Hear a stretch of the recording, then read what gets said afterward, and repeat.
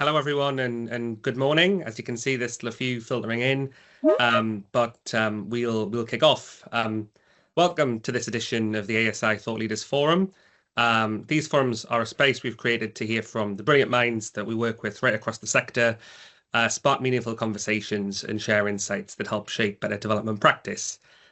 We do encourage these sessions to be interactive. We'll have short presentations from a range of speakers to begin with. But then move on to what I hope will be a lively and stimulating discussion. My name is Connor Russell. I'm the Head of Economic Growth here at ASI. I'll be moderating today's discussion where we'll be focusing on how the export potential of African businesses can be unlocked. For those of you not familiar with us, Adam Smith International is a global advisory company focused on making economies stronger, societies more stable, and governments more effective. We're currently working actually in over 50 countries globally, with offices around the world led by our headquarters here in London. Trade is a very big part of what we do. It's a topic we've been engaged in since the early 90s, supporting the economic liberalisation of countries in Eastern Europe and Central Asia. But since then, we've expanded our business and our work on trade significantly. We've worked everywhere from the Pacific Island states, where we supported WTO accession, for a number of members, to right across Africa, where our work is generally focused on supporting regional agreements and infrastructure, as well as empowering firms to trade. Now, it might seem like a slightly peculiar time to be organising an event on the potential to increase trade, whilst we see that barriers are being erected really all around us, even if they're presented to us, ironically, as deals or agreements. What I would say on that is that at ASI, we are firm believers in the importance of intra-African trade. While the imposition of tariffs for intercontinental trade, particularly with the US, is undoubtedly massively damaging, and I'm sure we won't be able to avoid discussing that in our interactive part of the session later on. We tend to take the view that the biggest gains, particularly for Africa in the long run, are from increasing value creation actually within the continent. And for that to happen, that requires specialization in particular countries, and that in turn means increased intra-African trade. Of course, that's not to say that there shouldn't be a big role for development partners to play. And indeed, the recent geopolitical shifts that I've just alluded to mean that schemes such as the UK's Developing Country Trading Scheme or the EU's Generalised System of Preferences have only grown in importance, particularly for exporters looking to access some consumers. All of that said, tariff preference really only matters, whether it's regional, bilateral, unilateral, if firms can actually access it. And one of the persistent barriers that we see across our work globally is, sorry, just having some technical problems there, is that firms struggle to do so. And there are a number of reasons for that, be it rules of origin, be it non-tariff barriers, be it a simple lack of understanding. And we really wanted to convene this session to enable some of our experts working on this topic to talk about how they've supported businesses directly, to understand how to leverage the African Continental Free Trade Agreement, how to leverage agreements at a more regional level, whether they be COMESA in Eastern and Southern Africa, or whether they be ECOWAS in Western Africa, but also how to leverage, as I said, important schemes such as the UK's DCTS. So I'll now just briefly mention a little bit about our speakers. I'll introduce them in greater depth before they kind of come in to talk. We'll have opening remarks kindly provided by Natasha Stotesbury, who is the head of UK trade policy for Southern Africa at FCDO. We'll then hear from Rihan Badr, who is an associate director with our partners at Engage Consulting, and who's been working with us to support firms to access trade agreements in Egypt. We'll then hear from Dodi Saidu, who is the founder and CEO of the Africa Trade Academy, and has also been working with ASI in Ghana and more generally across West Africa. And then finally, we'll hear from Rajiv Sharma, who's an independent trade expert with Kenbury Consulting, based out of Nairobi, but who's been working with us in Malawi in particular to support firms to access the Developing Country Trading Scheme. As I said at the start, we really want this session to be interactive. So to that end, please do log on to and use our Slido. You can scan the QR code here. That will give you access directly to that portal, or my colleague Eloise will shortly be dropping a link to that in the chat for this event as well. We've made that live now, so you are very welcome to kind of add questions as they spring to mind.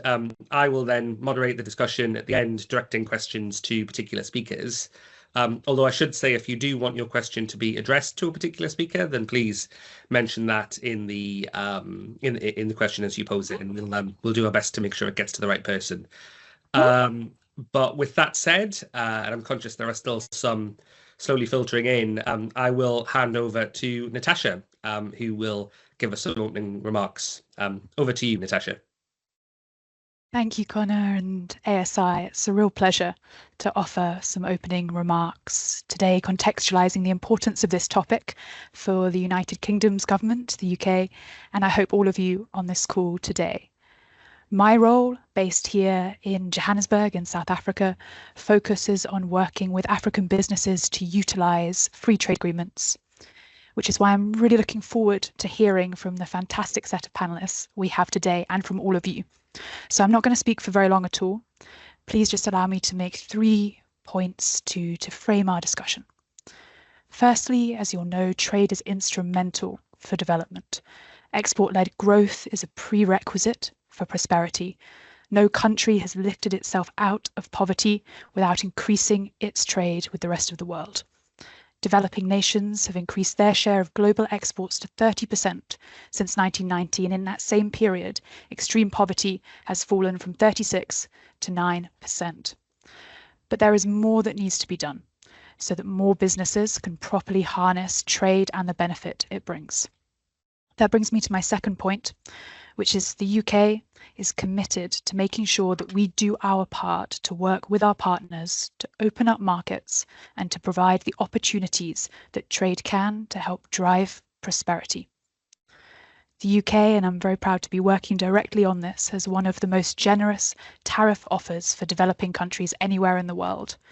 We have economic partnership agreements with many African, Caribbean and Pacific countries, as well as the Developing Countries Trading Scheme, or DCTS for short, providing duty-free or nearly duty-free trade to over 90 countries around the world. In 2004, to give you a bit of a picture, over £3.2 billion worth of UK goods imports from African countries have benefited from preferences granted by these UK preferential trade agreements. Lastly, allow me to underline that we want to go further. We want to work with you as modern trading partners and investors to do more to harness the benefits of these agreements. In June, we launched the UK's new trade strategy, and that recognises clearly that trade, when properly deployed, when used responsibly, can be a force for good and can transform the lives of people around the world. In the strategy, we announced improvements to our Developing Countries Trading Scheme, and we hope to draw on the Trade Centre of Expertise, a consolidated hub of expertise and support announced by the UK's Prime Minister in Samoa last year, to support countries around the world to trade. But as Connor was saying, we know that these announcements, these trading agreements, they're not sufficient. They must be really brought to life and used by and for the benefit of firms to trade for inclusive, sustainable economic growth. And that's why I'm really pleased to hand back to Connor to hear from our fantastic panellists today and from you on the call to hear what more governments like my own, the United Kingdom's and others can be doing to work with businesses, to work with partners across the continent to help realise the full benefits of trade agreements. Thanks so much, Connor. Back to you. Thanks very much for those reflections, Natasha, and I would certainly concur with the value of the DCTS, and we'll hear more about that from Rajiv later on in this session. But first, I'd like to turn to our initial panelist, Rihan Badr. Rihan's background is an economist. She joined the Egyptian Ministry of Trade and Industry in 2012, and her role was initially to prepare the national position for regional agreements within the African continent. She became the chief negotiator responsible for developing the COMESA member states' medium-term strategic plan between 2021 and 2025, along with the COMESA Secretariat, in addition to being Egypt's focal point at COMESA for non-tariff barriers and the trade facilitation program. Recently, she's been working closely with ASI to support Egyptian firms to navigate the complex benefits that they can access through both the African Continental Free Trade Agreement, the AfCFTA, and through COMESA. As part of that work, we've produced a number of infographics and sort of business-friendly documents which can be used to support firms to kind of navigate that challenge, which we'll be launching shortly in the coming weeks. Rihan, I'll hand over to you. Thank you so much, Connor. Hi, everyone. I'm really happy to be part of this important conversation, actually. As Connor mentioned, I work at Engage Consulting in the sphere of public policy and international trade, supporting both governments and private sector in Egypt.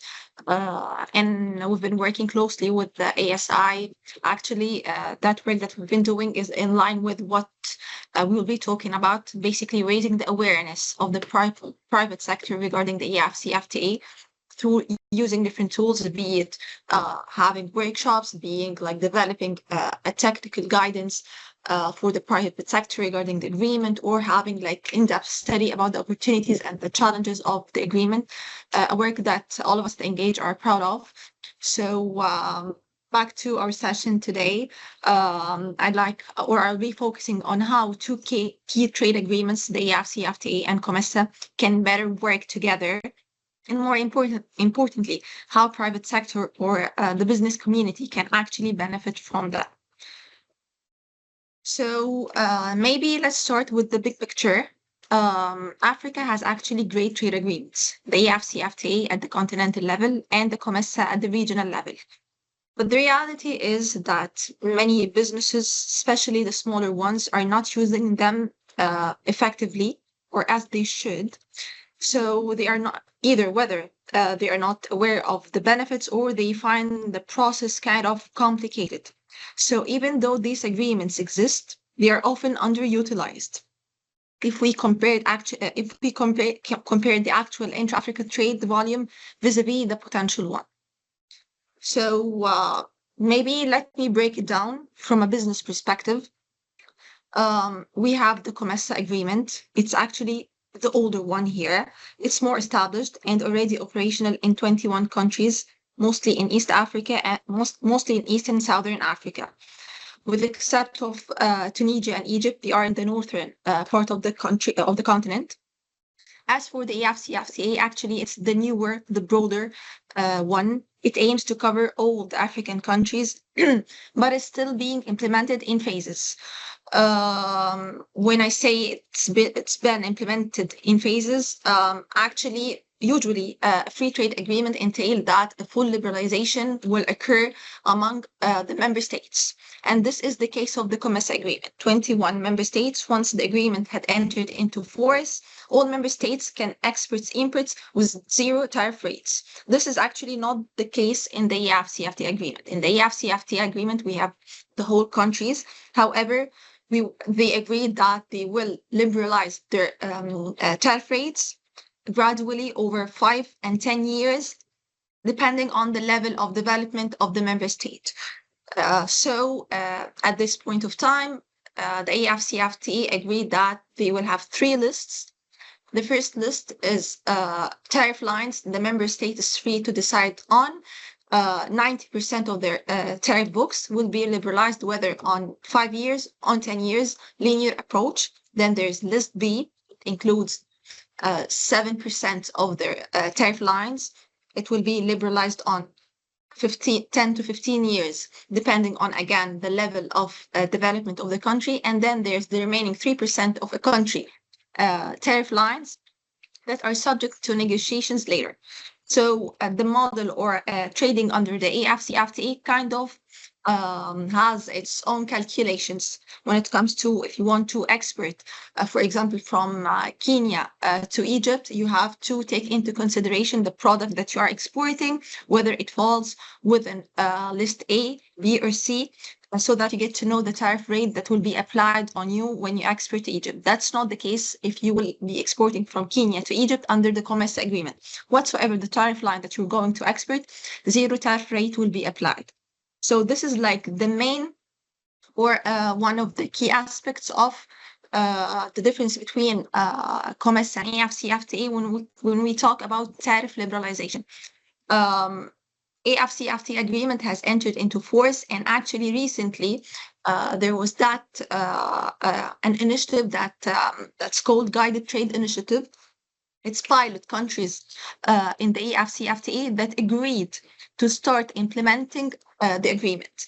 Not all the countries, but some of them we can find in East Africa. There's Egypt, there's Tanzania, then in South there's South Africa, in the West there's Ghana, in the North there's Morocco, and I believe Algeria recently joined this initiative. So it's like a pilot project to test the agreement and to stand on the challenges or the implications of applying it from logistics perspective, actually. And the good thing is, for example, Egypt and South Africa, it's under this Guided Trade Initiative, there was the first shipments exported under this agreement, the first shipments to be exported from Egypt to South Africa under any kind of preferential agreements, because South Africa and Egypt, they are not both in the COMESA agreement. Egypt is, but South Africa is not. So the good thing is under the AfCFTA and under the Guided Trade Initiative, throughout the last year, there have been shipments exported from Egypt to South Africa for the first time, actually. So this is basically regarding the tariff liberalization, the differences and the implications regarding the rules of origin. And when we talk about rules of origin, this is basically one of the key challenges that any exporter could face under any type of agreement. Actually, there's a significant differences between the two agreements here. And I know that the business community are always concerned about, I want to export, for example, I don't know, a mobile or whatsoever, tea or maybe pasta from Kenya to Egypt. What rules of origin should I abide by? I want to export detergents from Egypt to South Africa. What rules of origin should I abide by so that I get to have the preferential treatment?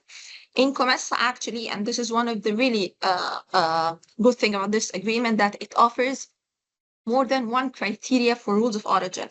So that's why a COMESA agreement is kind of user-friendly when it comes to applying rules of origin, because it has more than one criteria, and the exporter is left to choose whatever criteria he wants. In COMESA, we do have the value-added criteria, 35% ex-factory cost. We have the local component. It's basically 40% all materials. We have the option of detailed rules of origin. And when we say detailed rules of origin, the business community is already aware of that. It's like having a specific manufacturing process for each tariff line or each product that you would manufacture. This is besides, of course, the wholly obtained rule, which applies only on agricultural or livestock kind of products. So this is the COMESA that actually offer a more flexible scheme when it comes to rules of origin. When it comes to AfCFTA, actually it has only the detailed rules of origin. No other flexibilities are offered. It's just clear every tariff line has a very specific manufacturing process, be it a change of tariff heading or value-added criteria. It depends on your product. The status of negotiations, rules of origin under the AfCFTA, I believe we have finished like over 90% of negotiations on rules of origin, and by next month, a ministerial meeting is expected to take place in Egypt to finalize the remaining 10%. The remaining sectors are basically the garments and automotives. that are still outstanding and yet to be finalized, hopefully by next month. So this is basically the rules of origin and the differences between the two agreements and how the COMESA kind of offers more like flexible options for exporters, and maybe linking the rules of origin aspect and the scheme of tariff liberalization between COMESA and AfCFTA. And this is what we usually advise our clients from companies operating in Egypt and wants to export within Africa. They come and ask us, so I want to export to Kenya. Which agreement I should be exporting under? Is it COMESA or AfCFTA? So our reply to this kind of question that at this point of time, if you are a COMESA member state, whether based in Egypt or in Kenya or in Uganda or in Rwanda, if you are COMESA member states, at this point of time, it's preferable or advisable to export under the COMESA agreement, because you will be granted the full tariff liberalization and you have a flexible rules of origin, that different criteria that you can choose from. The AfCFTA at this point of time, again, the tariff liberalizations depends on phases or schedules. You may want to like export a product to Kenya from, say, I don't know, Malawi, but Kenya under the AfCFTA, you may find that this product actually Kenya do not liberalize it immediately. It will be liberalized after 5 years, for example. That's why our advice for the business community that if you are a COMESA member state, then remain using the COMESA agreement until the AfCFTA reach actually its full potential. So that was like a comment. Back to like the overall picture or the comparison between the two agreements, we will look into the digital tools. Living in the digital era now, the two frameworks actually took into consideration this aspect, with actually the AfCFTA more advanced in its framework here, because it has like a specific protocol for the digital trade, covering all aspects thereof. The status of this protocol actually it has been just recently finalized and adopted by the ministers. So again, covering all elements, including how SMEs could tackle or be like subject to or exposed to this aspect from digital trade. As for the COMESA, there's no comprehensive like framework on digital trade. However, there are like efforts on that aspect. Like, for example, there's that e-certificate of origin.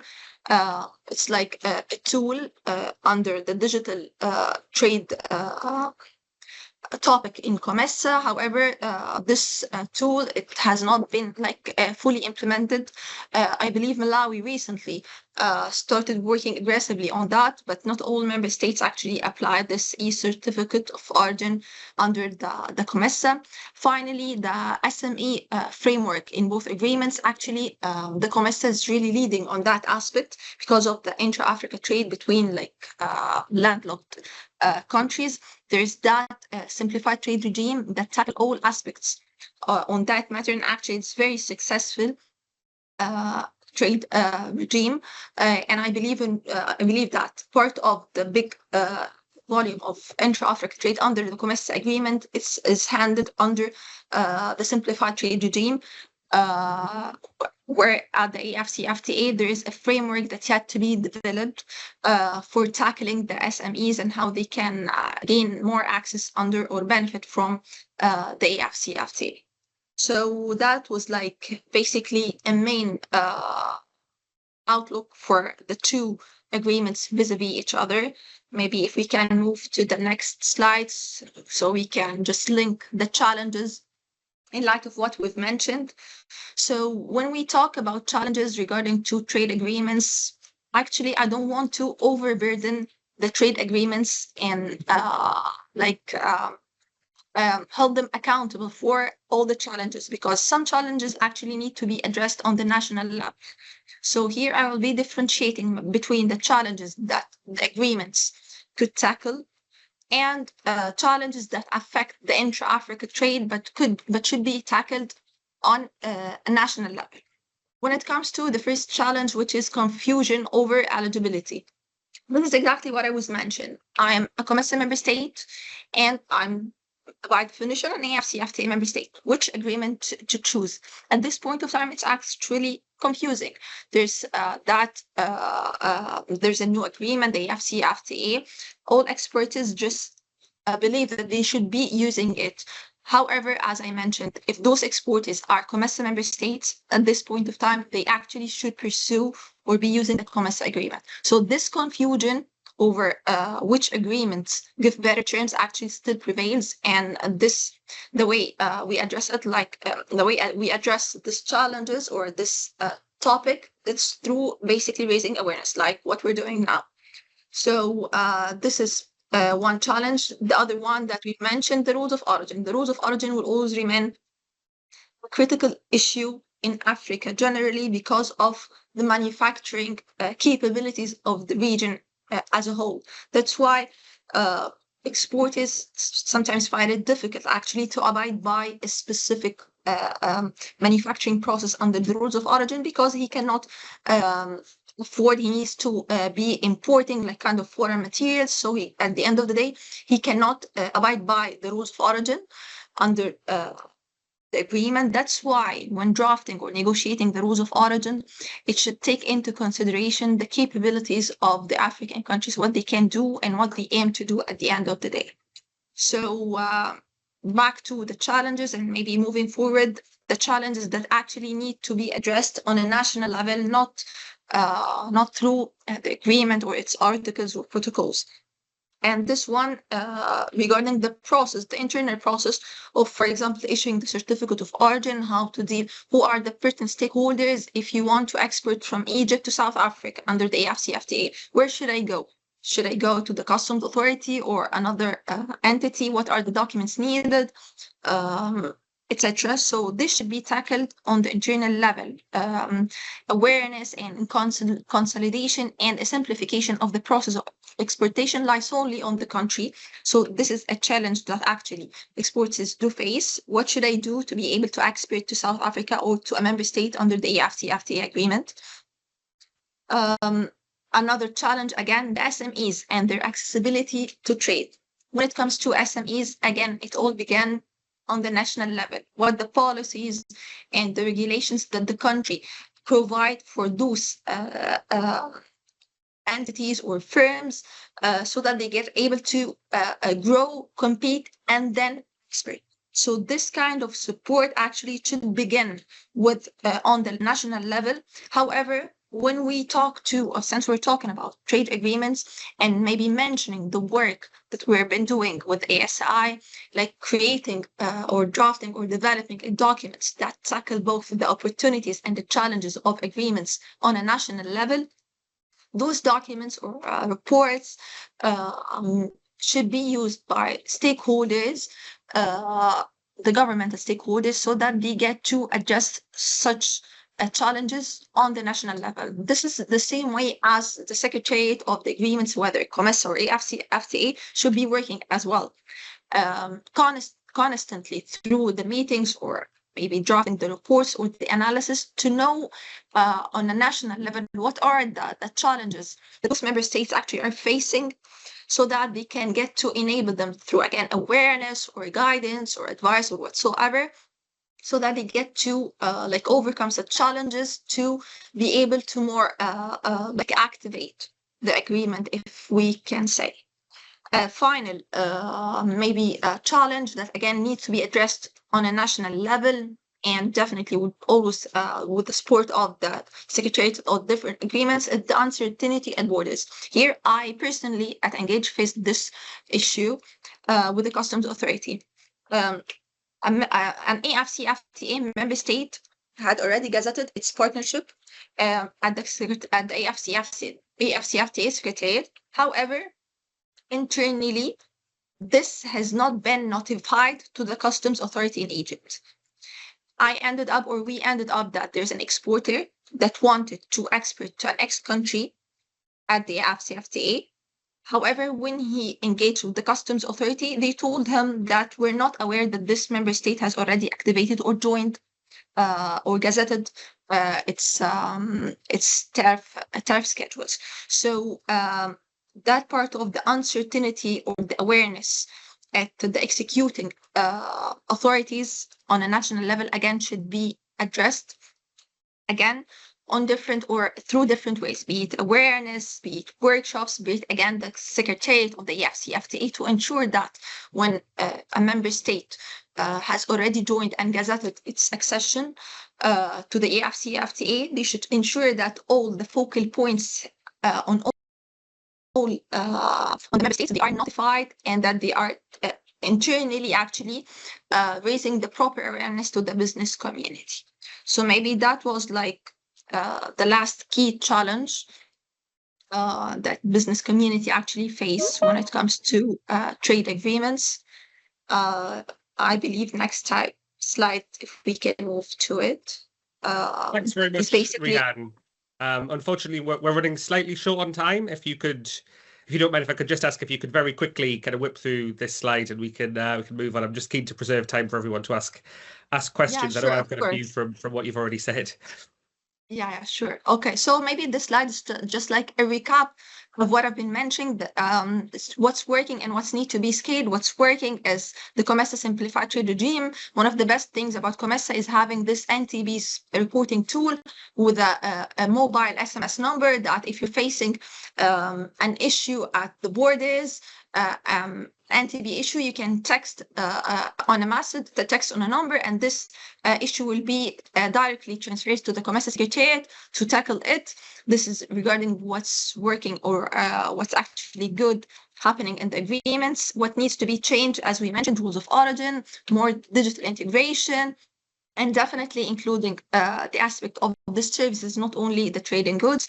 So maybe this is a wrap up for this slide. Last slide, I believe we can basically, it's just more of a recap that it's good to have frameworks for trade agreements, but again, it should be built around how business actually work. So thank you, and sorry for the lengthy presentation. Over to you. Please don't apologize, Rihan. It's fascinating, and I know I'm keen in the discussion for us to get into questions around how we can actually get firms using particularly AfCFTA, right? I mean, you've highlighted a few interesting areas there around simplified trading regimes and around perhaps strengthening the rules of origin framework. But before we get there, I'd just like to hand over now to Dodi. I'll say a little bit about Dodi. He is the founder and chief executive of the Africa Trade Academy, which is a Pan-African organization providing capacity building, research and advisory services to Africa's public and private sector to take advantage of the range of agreements that we've already discussed so far on this call. Here at ASI, we work with Dodi frequently. He is a known voice, a trainer, a contributor on topics related to the AfCFTA in particular. He's an experienced and dynamic trainer, facilitator, and moderator, and he's worked directly with customs executives, the private sector, across Ghana, Ethiopia, Malawi, and a number of other countries across Africa. And he's also provided training and capacity building on WTO agreements, on trade facilitation, SPS, cyto and phytosanitary measures, technical barriers to trade, and non-tariff measures. Most recently, his work, as I mentioned earlier, with ASI has been supporting firms in Ghana to understand how to navigate, particularly the guided trading initiative that was mentioned earlier, and producing a number of kind of collateral documents which support firms to understand how they can comply with rules of origin requirements. With that, Dodi, I will hand over to you. Thank you very much, Kono and your team at ASI for the opportunity. Good morning to every one of you who has been able to join us. We really, really appreciate your time. I think this is a very timely discussion. Our aim is to demystify what it takes to take advantage of trade agreements and unlock Africa's export potential. I'll be talking about the interaction between the AfCFTA and ECOWAS, the ECOWAS trade instruments. And I think that what is very important for us when it comes to this discussion is to see how we can, of course, like I said, demystify what it takes to leverage on this. So yes, the ECOWAS has been in existence since 1975. In fact, last May, ECOWAS became, a regional, achieved 50 years of regional integration since its establishment. And that is a very, very significant milestone. ECOWAS is one of the customs unions within Africa, recognized by the African Union. That's also a very good milestone. And not to forget that ECOWAS plays a much, much bigger role beyond trade. And so whilst we see the AfCFTA coming up strongly, we also must notice that the regional economic communities will continue to play a very significant role when it comes to regional integration broadly. So ECOWAS is one of the regional economic communities that has developed an AfCFTA implementation strategy, which is something that is very, very much a positive step, as opposed to, or what we know to be that countries, member states or state parties of the AfCFTA develop their own, national implementation strategies. I think we're counting about almost half of the AfCFTA state parties now that have developed, national implementation strategies. But ECOWAS is one of the regional economic communities that has also come up with that. And the strategy aims to integrate the West African economies into the African market. The AfCFTA and the ECOWAS as a regional economic community supports AfCFTA implementation by facilitating smooth integration and economic cooperation. You are all aware that within the AfCFTA implementation structure, the regional economic communities are seen as part of the building blocks. And I compare this to a house, that if the house is as strong as the building block, so the stronger the state parties, the stronger or the more integrated the regional economic communities, the more the AfCFTA will be stronger. So as a key part of the AfCFTA implementation in ECOWAS, we see that as a customs union, it provides a very, very strong leverage. So goods that meet ECOWAS origin can already circulate within the ECOWAS region.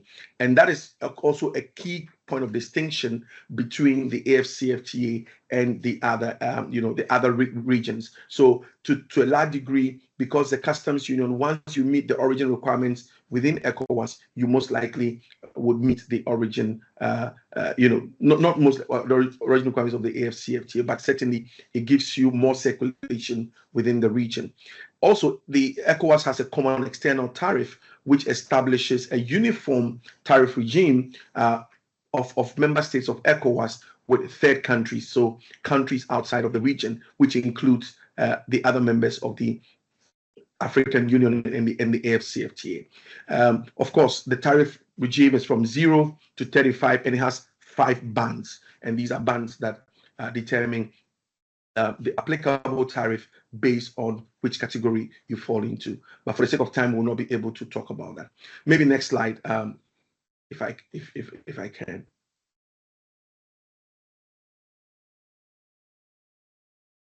Connor, can you give me the next slide?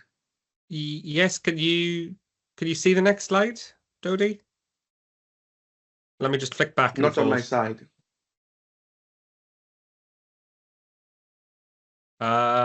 Yes, I can see the slide now.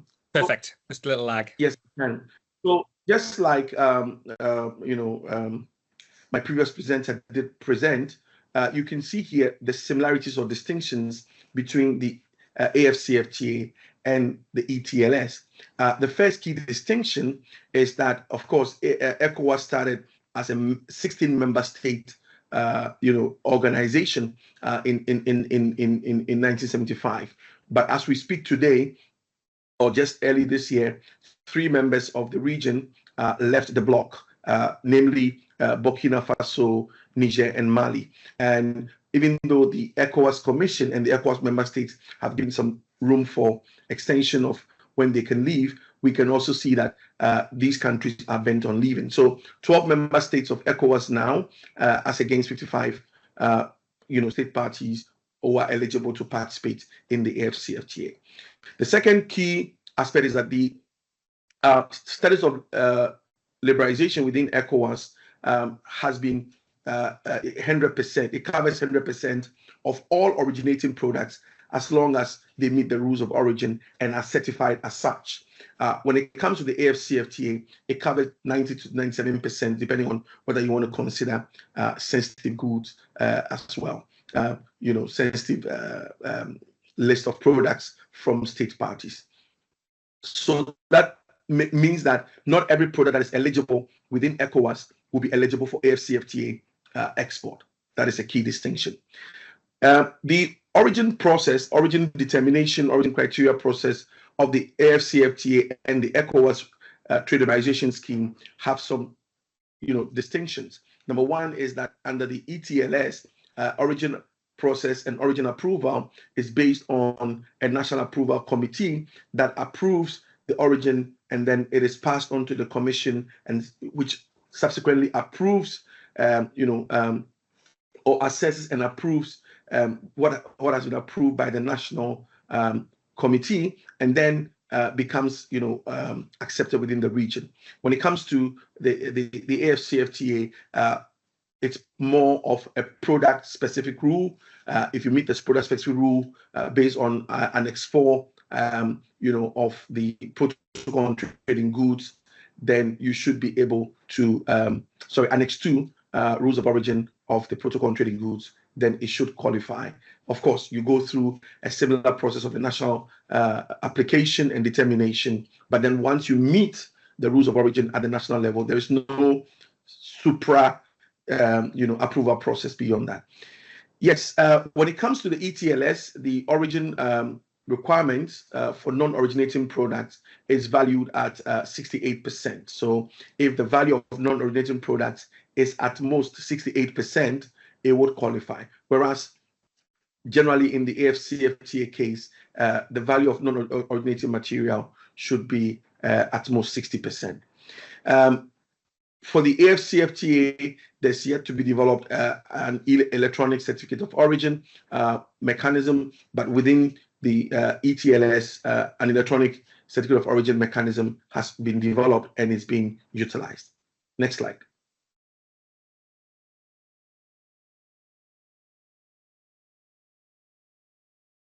Hopefully you can see that, Dodi. I think there must be a bit of a lag, so just maybe give it a moment. I will say, unfortunately, we are still a bit pressed for time.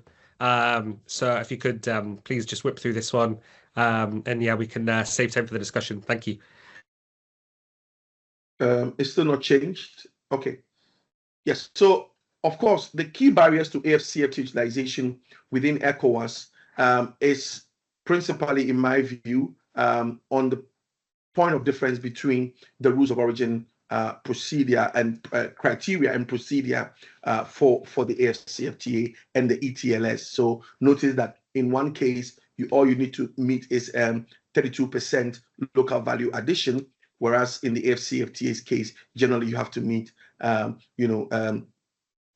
least 40% rules of origin criteria.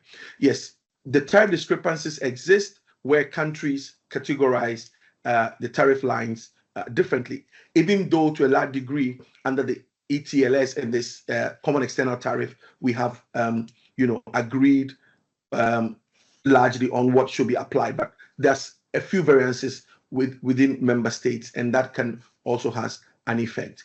Then the other thing is the level of dispute mechanism that exists within the AfCFTA vis-a-vis the ECOWAS trade system, whereas we have within the ECOWAS trade system more of non-binding and non-legal means of dispute settlement, whether it's through the the online reporting mechanisms or the trade alert and observatory mechanism, or even to use what we call trade information desk. These are more near real-time resolution mechanisms as opposed to full-blown out dispute settlement mechanisms that can address more intractable issues when it comes to how state parties are implementing the trade measures within the region.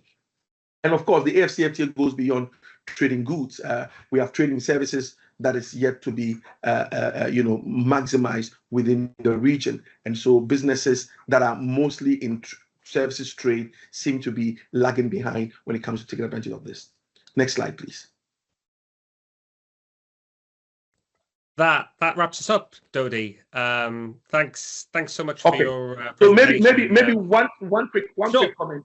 Okay, I was going to make one quick comment that I think much as I agree, and we agree that the trade agreements are mostly the key way to take advantage of trade agreements. I think we need to look at the conversation from at least one key angle, the angle of industrial capacity of both countries and businesses to actually produce goods and services that meet the market requirements. Over to you, Connor. Thank you. Thanks, Dodi. And on that last point, I couldn't agree more. I think the point that was raised at the start, that intra-African trade is really a kind of route to support specialization of economies. An increased value addition on the continent is an absolutely pivotal one, and it's something that we see kind of both in our work on trade, but also our wider work on industrial strategy and policy. So yes, absolutely, fully aligned with that. And thank you so much for that presentation. I will now hand over to Rajiv Sharma. Rajiv is an international trade expert based in Nairobi. He focuses on reducing barriers to trade and trade facilitation across East and Southern Africa. He's advised governments, donors, regional bodies on trade facilitation, on customs reform, and on export strategy. He's led the design of the Buja Border Export Zone for Trademark East Africa, developed a COMESA-wide track and trace system under the EU's Africa Rise programme alongside ASI, and managed the evaluation of Rwanda's single window system. He's also supported regional value chain strategies, most recently for maize and maritime trade in the Indian Ocean, and worked extensively with UNCTAD's ASI system. Most recently with ASI, Rajiv has been working in Malawi, where he's been supporting Malawian exporters across a range of different value chains to access the developing country trading scheme. And so we thought it would be good for Rajiv to say a few words now on the DCTS. Rajiv, over to you. Sure. Thank you for the warm introduction, Connor. And just as a brief, Connor and I spent the last couple of months working on the FCDO-funded analysis and promotion of UK-Malawi trade opportunities, which will be a large topic of today's discussion. Indeed, the continent has made some great strides in the creation and enablement of African trade blocs. These obviously, like what we've heard from previous speakers, are ambitious, but essential for the continent's future economic growth. Having heard earlier on the pan and regional trade agreements, I would like to spend the next couple of minutes talking about the UK DCTS, which Natasha introduced early on in the discussion. Also known as the DCTS, it is a unilateral trade system.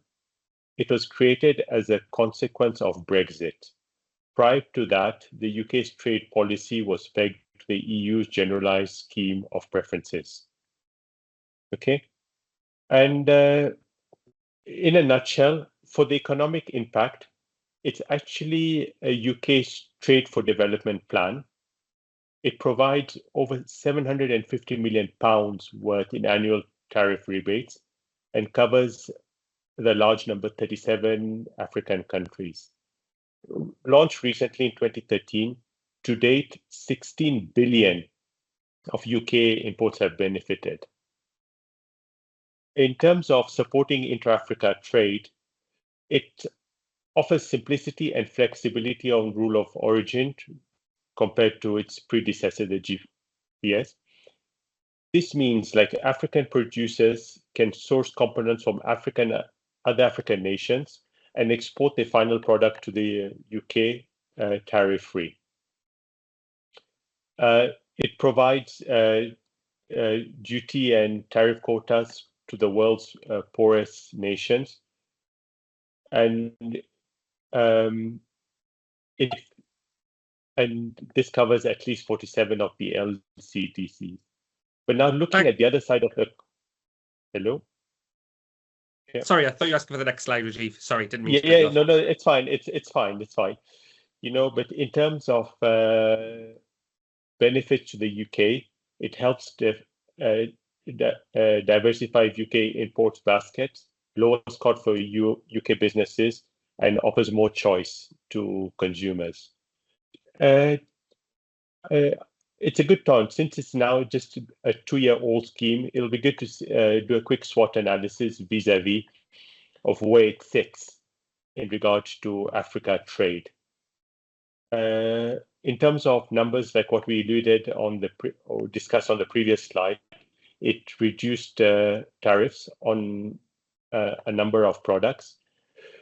If we look at the basket now, there are 150 new product lines that have gained preferential access under the DCTS.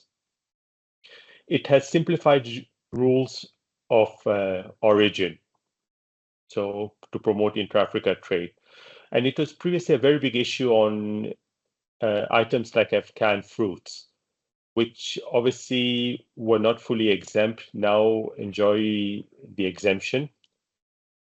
In terms of opportunities the DCTS presents, it's actually helping a number of African countries move up the value chain. Like if you look at Ghana today, higher value cocoa products, chocolate, that previously faced tariffs no longer face tariffs. But most importantly, it's a very strong tool or advocate to strengthen economic and diplomatic relationships between UK and Africa nations. In terms of weaknesses, here again, being a unilateral system, now it is subject to future political decisions, depending on which government is in power, be it Labour, Conservative, or the Labour Dem. So obviously, from an investor perspective, it creates uncertainty. Like a Kenyan horticulture business, long-term strategy could be disrupted in the event of future UK modification to the scheme.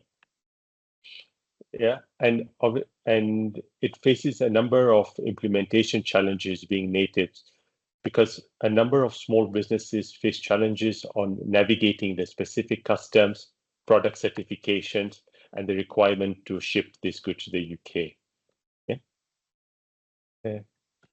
Yeah, Connor.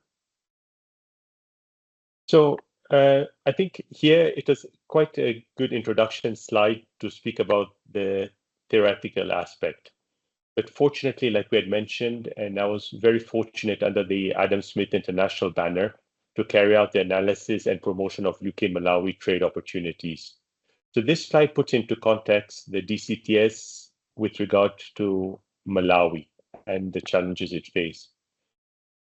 Firstly, obviously, the DCTS being a global scheme means that African countries face significant competition from other global counterparts. Having spoken to an independent Malawi food processor, which we interviewed in the study, they think access to the UK market becomes very difficult because they need to compete with countries such as in Asia on the same scheme, and them having much leaner infra and logistical systems makes us far less price competitive. So one of the areas what we thought is obviously is rather than purely try to differentiate yourself on price, the study was actually very keen to promote the brand Malawi Organic, and funding, such UK-centric marketing campaigns. Then one of the other aspects we saw in the study was there's a lot of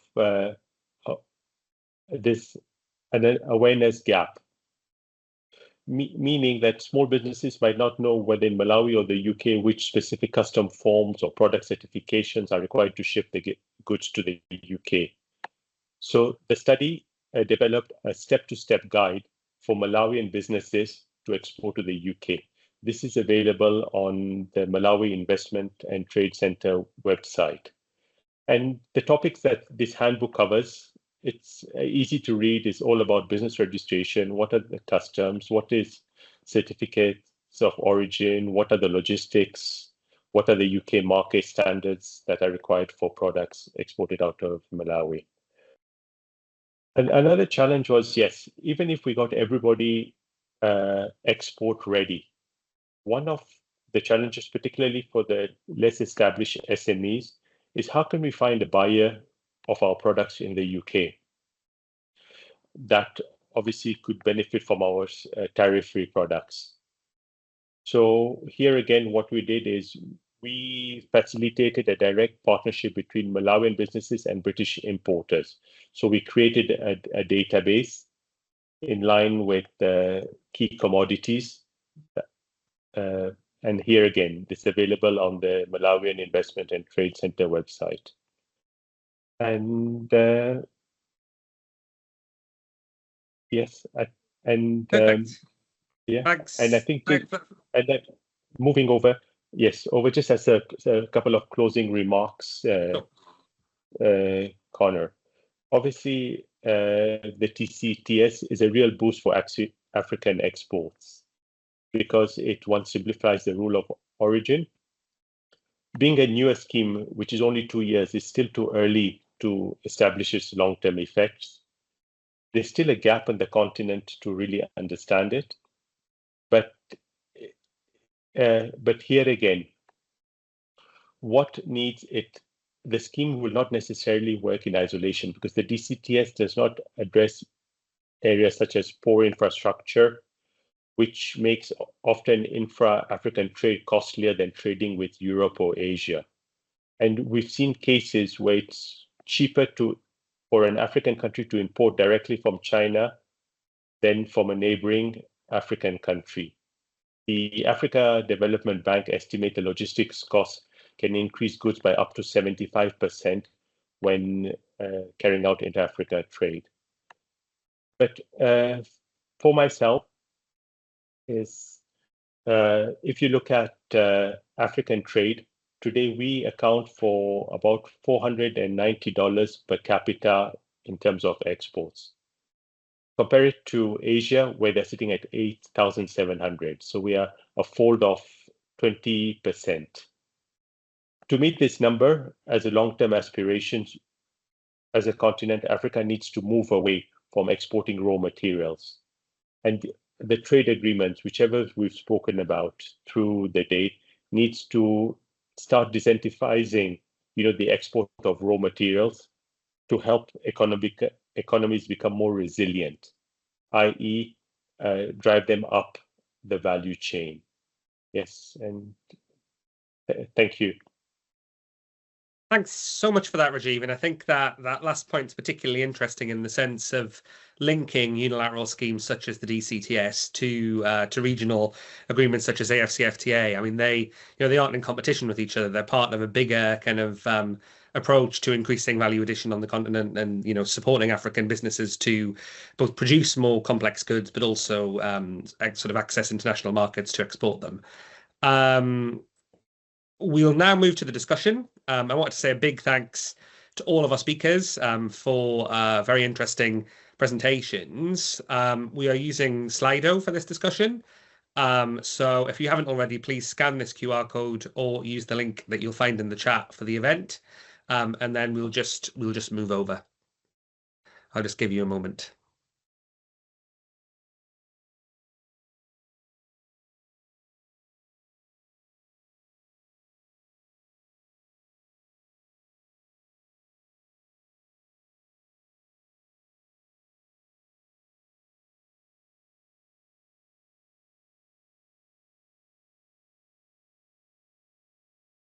Okay, great. So I will moderate the discussion.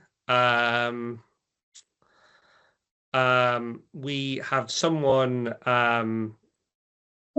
raising the point around export potential in Zimbabwe, specifically around the EPAs. Rajiv, I know you've worked on EPAs previously. Would you like to take the comment around the sort of question/comment around the role of EPAs? If we Jonathan, was that a question from you? Would you like to come in on that, or do you have something else to raise?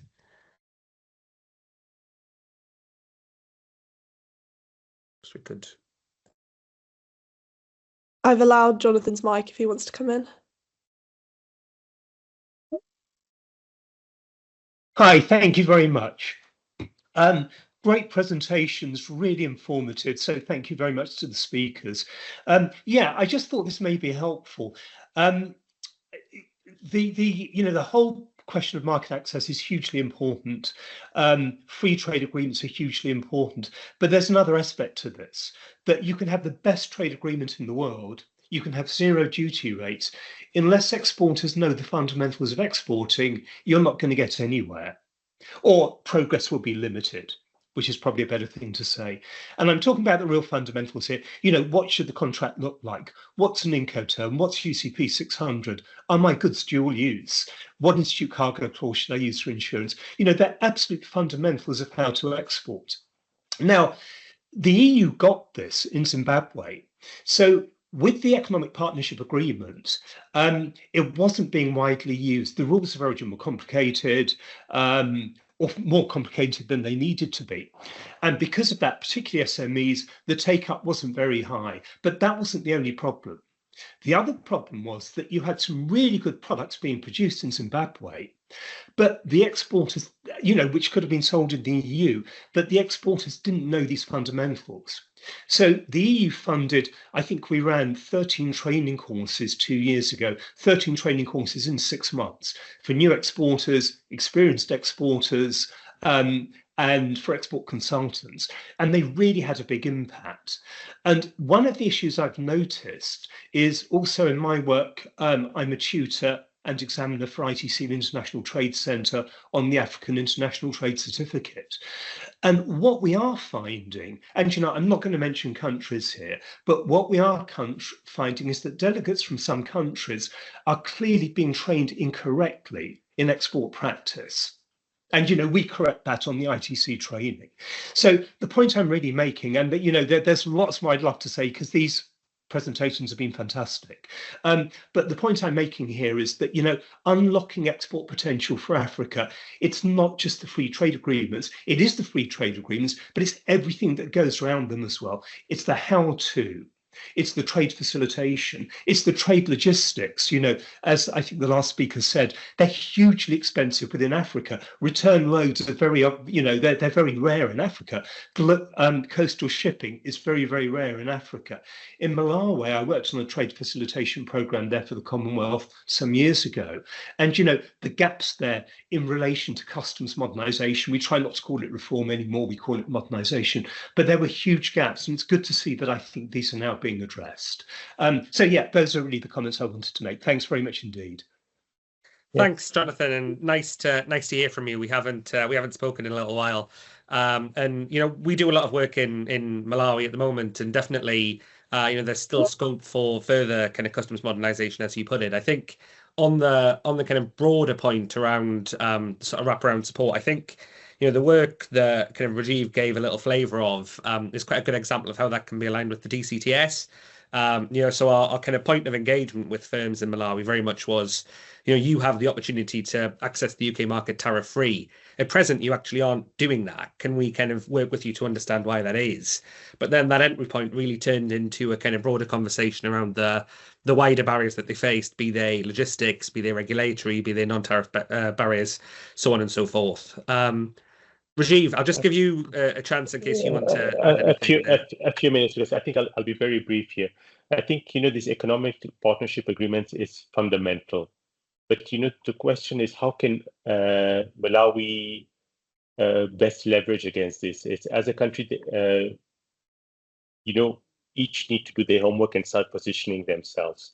First is how to ensure duty-free access to these markets, identify which are the products. Then again, what we had alluded to in our presentation is what needs to be done to move up the value chain.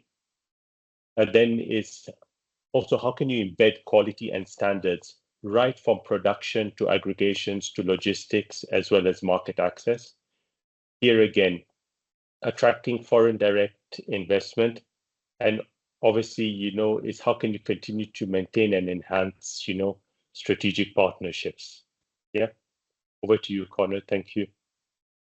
Thanks. Excellent initial question. I think, Eloise, if you could remove that one and we'll move on to the next, which I will direct to Rihan, I think. Where would technical assistance provide the greatest impact to support AfCFTA implementation and usage? I know, Rihan, you've been working with businesses largely on kind of a private sector basis on this question, but it would be good to understand your view on how development partners can support that process. So actually, this question could be answered in different ways, but let me be focused. So I believe that technical assistance is needed when it comes to help or support in implementing the agreement. There should be that part that relates to raising the awareness of the agreement, the tools. Like, for example, there's the AfCFTA website that includes the rules of origin, the tariff rates on each product that you can export or import within the AfCFTA. So basically, the tools that the AfCFTA Secretariat has been working on, this should be part of the technical assistance support provided to member states, just to raise the awareness on those tools, because again, as I said, they are very operational and very important for the private sector. So this should be part of it, raising awareness about the tools that the Secretariat already has in place to promote for the agreement. And then there's that other part of the assistance that could be provided, which is like the in-depth kind of assistance, like standing on the specific issues that each member state is facing to implement actually the agreement and start addressing this. And this actually idea is inspired from the COMESA agreement. The COMESA agreement, though it's a full FTA, but there are some member states that actually till now, they haven't applied or implemented the agreement. What the COMESA Secretariat has been doing with those member states is that they work with them hand in hand to see how they can empower them to achieve the implement the agreement in light of their specific needs.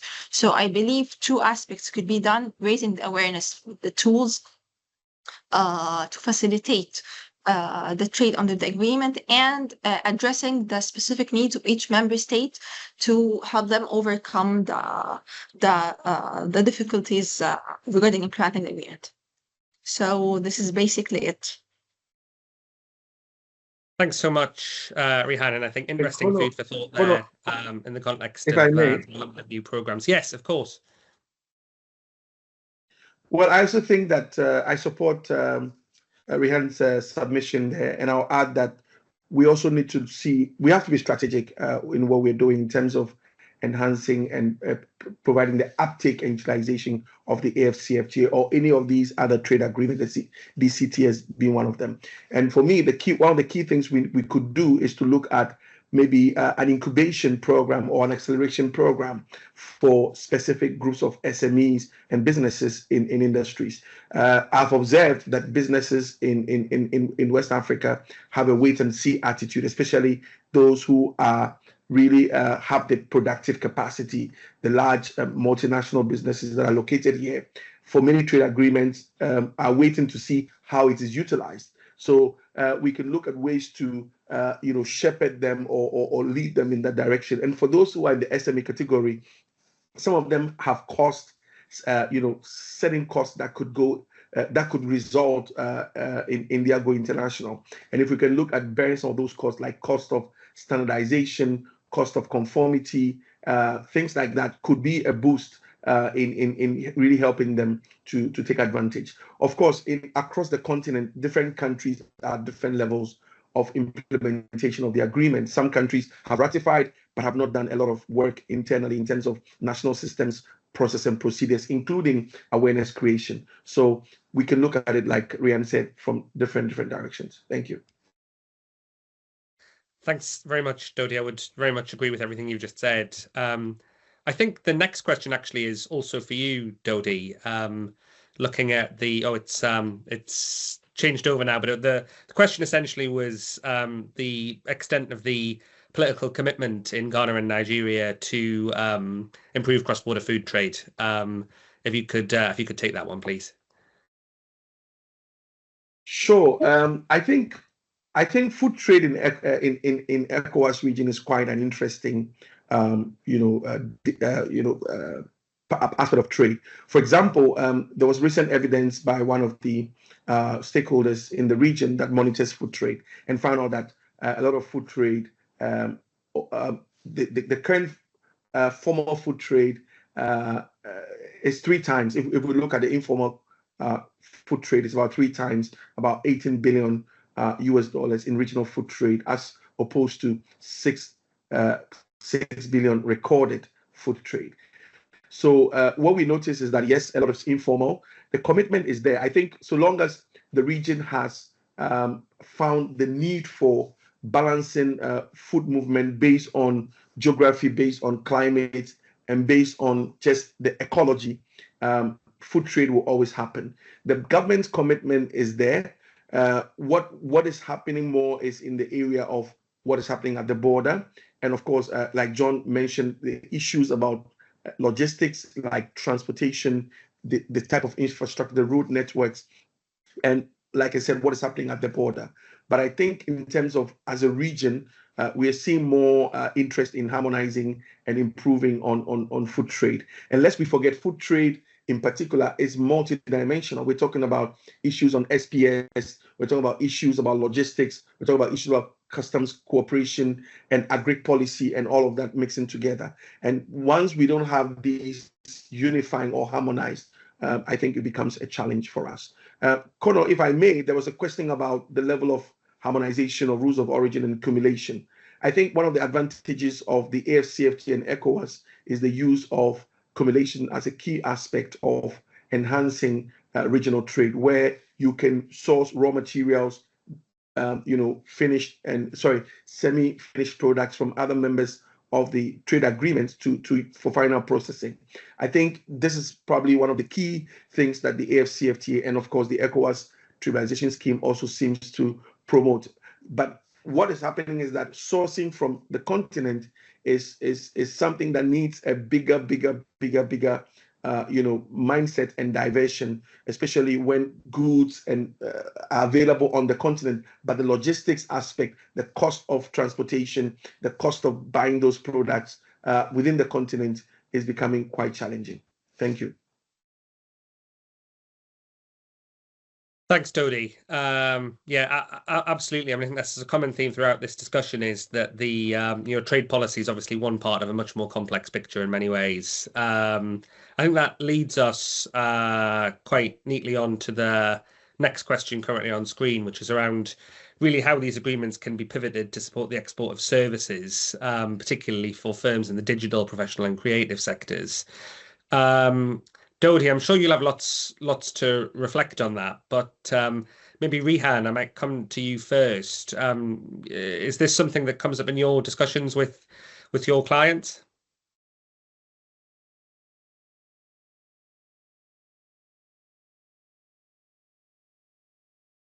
Well, when it comes to, yes, please go ahead. Okay. So when it comes to preference schemes, basically that Egypt actually part of, I can tell that Egypt is more or engaged more in trade agreements more than the preference schemes. I mean, even Egypt's trade relation with the UK is governed with a free trade agreement, not a scheme, basically. So maybe we don't basically face this type of engagement from private sector. It's basically more of free trade agreements, because if we talk about Egypt, it's very well known, or what makes Egypt actually is an exporting hub is the number of free trade agreements that actually it has with different partners. So maybe, I don't know, as you mentioned, Dodi, would be more of a knowledge on that aspect. Thanks, Rehan. And yes, I guess I was taking quite an expansive definition of preference schemes to include trade agreements. Dodi, I know trade and services is something that you are particularly interested in, so I'll let you come in on this. Sure. I mean, trading services, as you were all aware, comes in the 4 modes of trade: cross-border supply, consumption abroad, establishment of physical presence, and then mode 4 being movement of natural persons.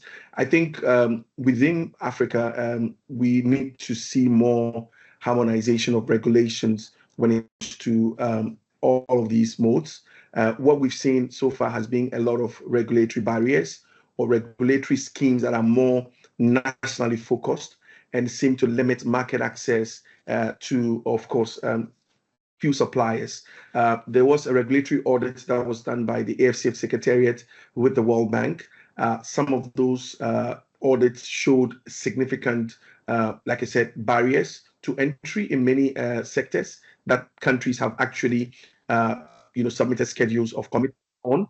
But again, you see that we need to do a lot of work when it comes to supporting and providing a more harmonious environment when it comes to all the sectors of priority within the region. Then also, when we talk about digital trade, I think we've also have similar conditions, a lot of,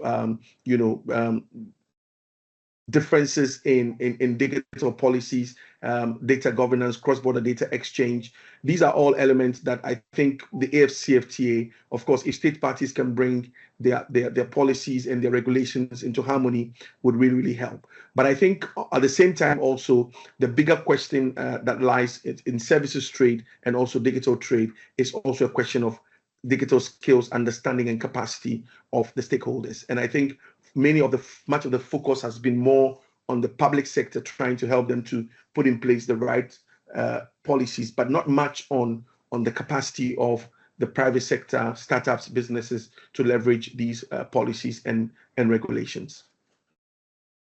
Thanks, Dodi. I mean, in many senses, there are parallels with trade in goods, which in terms of sort of designing interventions is perhaps quite helpful, right? I mean, the sort of common thread being supporting firms to take advantage of the preferences and rights the agreements give them. So yes, thanks for that contribution. I'll move to the next question, which is actually around FCDO's proposed Trade Centre of Expertise. I think this is one where it might be helpful to hear from the whole panel, actually. Rajiv, I know you've been spending a lot of time thinking about, based on your work in Malawi, but also elsewhere, where the kind of highest value add technical assistance is. Perhaps I'll come to you first, and then maybe Rehan, and then Dode. For myself, the COE actually falls into 4 clusters. One is how can the FCDO support businesses and governments? 2 is how can they overcome trade barriers? 2 is how can they actually facilitate and encourage trade? And then more importantly is how can we start thinking outside the box and drive innovation? For myself is obviously they're all equally as important, but if I was to put it in a pecking order, is how can we actually overcome the trade barriers? And this is the area that should create the biggest impact. One is definitely on what we have spoken about, capacity building, on offering is what are the standards, who do we trade with the UK, and what's required. And then also is what platforms can we actually use to actually enable that trade? Yeah. Thank you.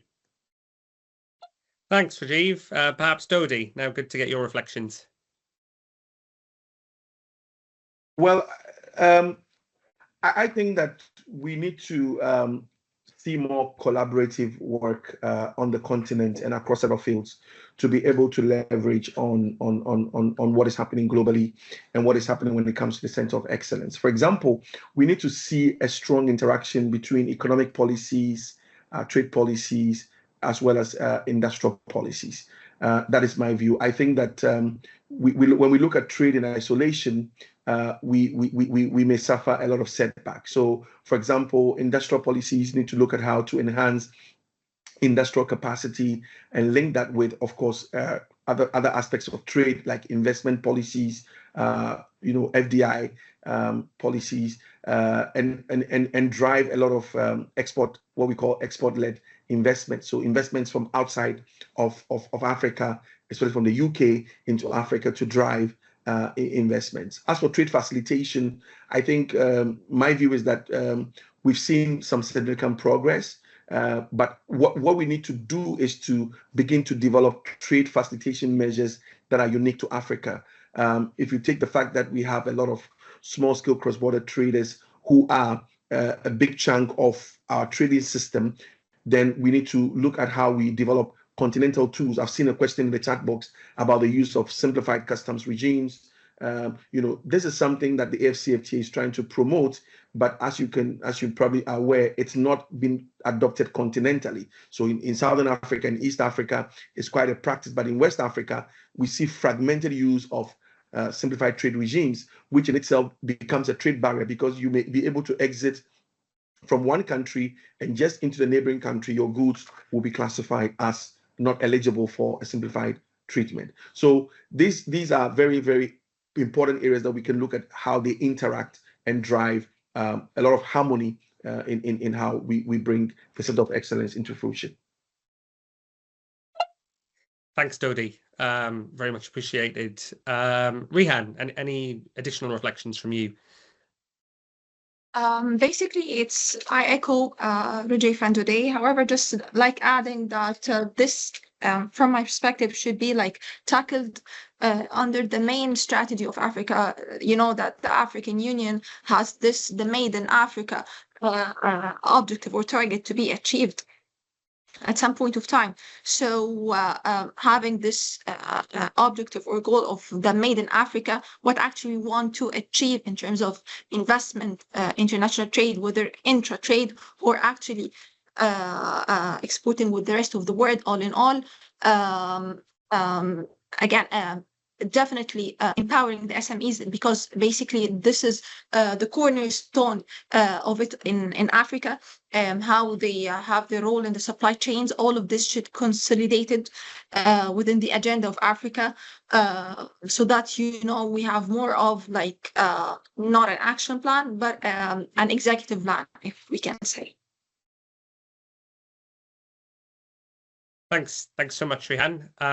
I might direct the next question also to you, if that's okay. I know you spend a lot of time working with businesses on rules of origin. The question, as you can see, is what steps can be taken through policy reform or TA to streamline certification processes and reduce costs in navigating rules of origin? So when it comes to rules of origin and its process, actually, again, here we need to differentiate between two things: the protocol of the rules of origin and how the country on a national level raise the awareness about how to apply such protocol.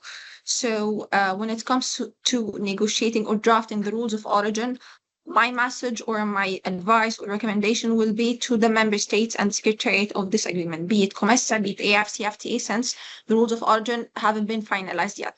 It's basically just, though the core of the rules of origin is just to avoid that a third party benefit from the agreement. Just the agreement should benefit only those who manufacture from within the continent. However, sometimes because in the way to achieve such a goal, it puts just like more of restrictions that actually makes entities like SMEs unable to achieve them. So from one aspect, governments and member states, while negotiating the rules of origin, they should take into considerations the SMEs, their capabilities, what they can do and what they should be doing, and their expectations from them. This is from one aspect regarding the negotiations of the rules of origin themselves. On the other level, it comes to the awareness or raising the awareness to the SMEs about explaining the rules of origin, what each rule means. What does it mean to what a value added 30% or 35% export-free cost rules of origin mean? It means actually it should be explained in terms of calculations. How do you do it? How do you calculate it? What does it mean that your product, the rule is change of tariff heading?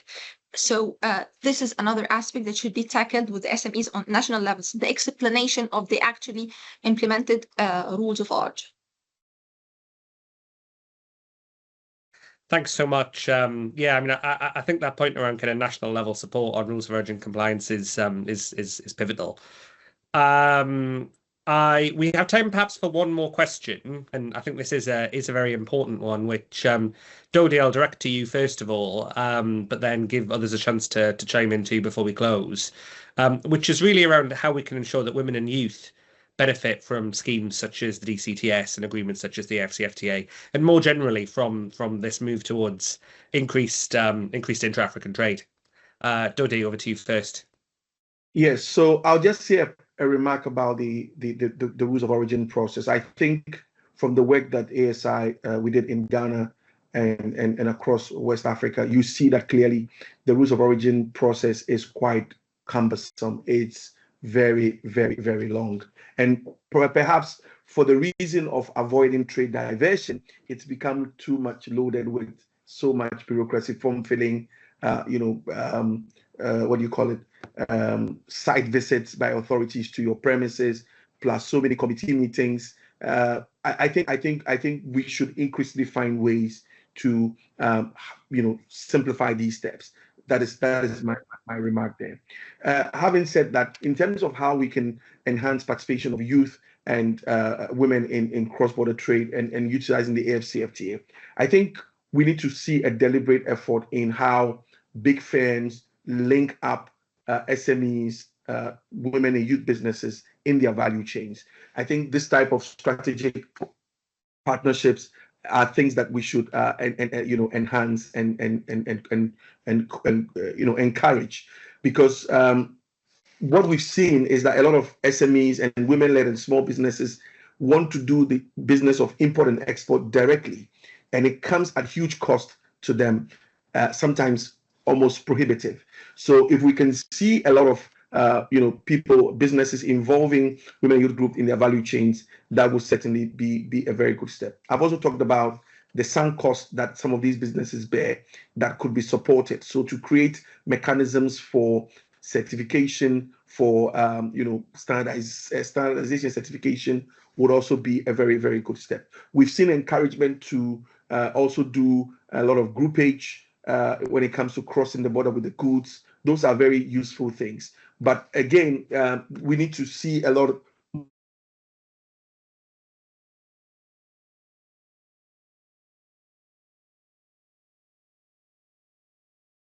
I fear we may have temporarily lost Dodi. Maybe some connect. Oh, I think you're back with us, Dodi. We are running out of time anyway. Maybe just a few moments for final remarks. Yeah. So I think I made my points. Let's connect more small and medium enterprises, small scale cross-border traders with large firms that are involved in exports, and that would be a key way of getting them involved. Thank you. Thanks so much, Dodi. And then maybe just a few seconds for any last words from you, Rajiv, and then maybe from Rehan before we close. Okay. So specifically to the DCTS, what I believe how women can best get empowered through this program. It offers access to a number of products like textiles, clothing, agricultural good, which obviously are women-led or could be women-led businesses. But on the same time, I think looking at it from a wider lens, there exist other programs driven by the UK government, like She Trades Commonwealth Plus. It helps women overcome these challenges. And touching very briefly on the youth, obviously as we're moving up the value chain, because this is what I believe will be the key driver for economic sustainability, there'll be a lot of jobs within the digital trade and services that youth could play a very, very big role currently and for their future employments. Back to you, Connor. Thanks, Rajiv. I'm conscious we are over time, but Rehan, anything from you before we close? Thank you, Connor. Basically, just one final remarks. As I mentioned, that we shouldn't be overburdening the trade agreements with solving all the challenges on a national level. A lot should be done as well when it comes to raising awareness or, empowering SMEs, etc. So basically it, and this is what we're working on with ASI, I believe, at Engage Consulting. So thank you, everyone. Thanks so much. Well, in that case, just to conclude, I'll say a big thank you to each of the speakers, Dodi Saidu, Rajiv Sharma, Rihan Badr, and also to Natasha Stotesbury for kindly giving us some opening remarks to set the scene for the session. It's been a pleasure having this session. It's a really stimulating discussion. Please do join future ASI Thought Leaders forums. We'll be posting more in the near future. And should anyone like to reach out to discuss any issue related to trade, then please do. Thanks so much for your time.